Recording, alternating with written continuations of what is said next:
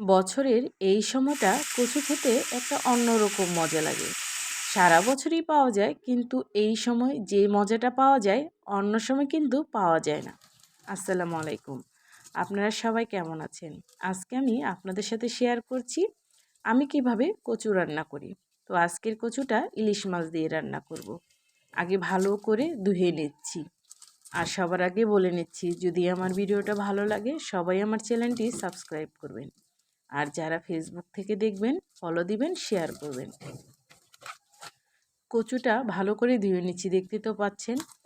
আমি কিন্তু ধুয়ে তারপরে কাটবো, না হলে চুল কাটতেও পারে হাতটা। অনেক সময় দেখা যায় অনেক কচু হাতে ধরলে হাতটা চুলকায়। তো আমার মাকে দেখতাম সব সময় এরকম করে আস্ত কচুটা ধুয়ে নিত আর ধুয়ে তারপরে কেটে সিদ্ধ দিত। আমিও সেরকম করে এখন আপনাদের সাথে শেয়ার করছি। তো দেখতেই তো পাচ্ছেন, এরকম করে ছোট ছোট করে কেটে নিব। আর কেটে নিয়ে সেদ্ধটা করলে দেখা যায় খুব তাড়াতাড়ি সেদ্ধ হয় আর দেখতেও ভালো লাগে। তো এরকম পর্যায়ক্রমে সবগুলো একটা একটা করে নিয়ে নেব। আর এখানে আমি ইলিশ মাছের মাথা, লেজ, কানসা, থুতনি এটা রেখে দিয়েছি। আগে থেকে ভালো করে ধুয়ে নিয়েছি। ইলিশ মাছটা দিয়ে কচু রান্না করলে আমার কাছে অনেক ভালো লাগে। তো কে কীভাবে খান অবশ্যই কমেন্টে কিন্তু জানাবেন। আর কচুটা আমার কাছে যে এত ভালো লাগে, এক প্লেট ভাত তো আমি এমনিতেই খেয়ে ফেলি। তবে যখনই আমি কচুটা রান্না করি তখন আমার কাছে অন্য কিছু আর ভালোই লাগে না। তো আমার বর সে কচু একদম খাবে না। তো না খেলে কি হবে, আমি তো খাই।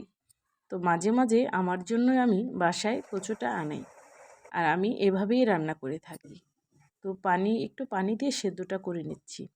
আর পর্যায়ক্রমে যখন কমে যাবে কচু, তখন আস্তে আস্তে করে এরকম করে আমি দিয়ে দিচ্ছি। তো দেখতে তো পাচ্ছেন সবগুলো কচু আমি এখন একসাথে নেড়ে নিব।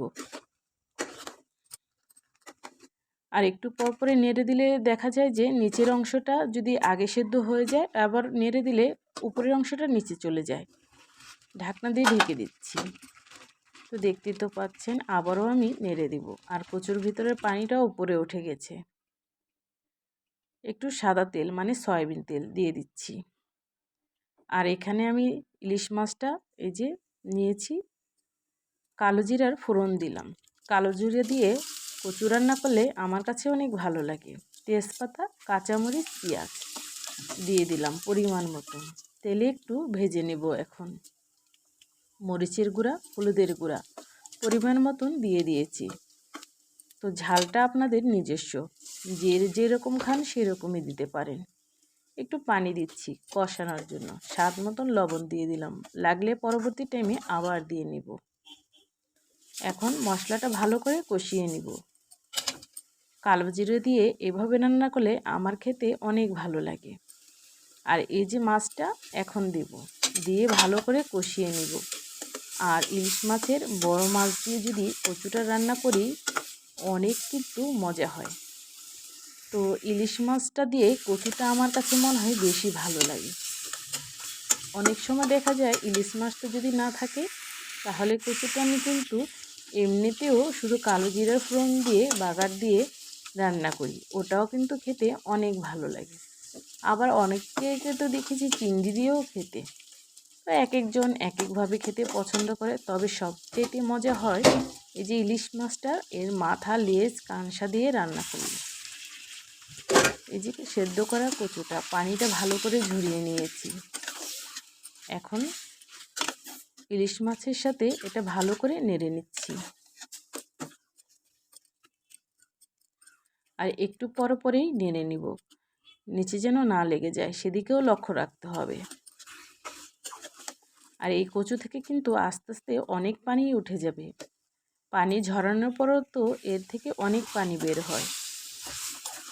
আর একটু সময় ধরে রান্না করবেন, দেখবেন খেতে কত ভালো লাগে। আর এর ফ্লেভারটা কি ভালো আসছিল আপনাদের কি বলবো। আমার কাছে বেশ ভালো লাগে এভাবে রান্না করলে। কে কীভাবে বাসায় রান্না করেন কমেন্টে কিন্তু অবশ্যই জানাবেন। আর যদি আজকের রেসিপিটা ভালো লাগে শেয়ার করবেন, পাশে থাকবেন সব সময়।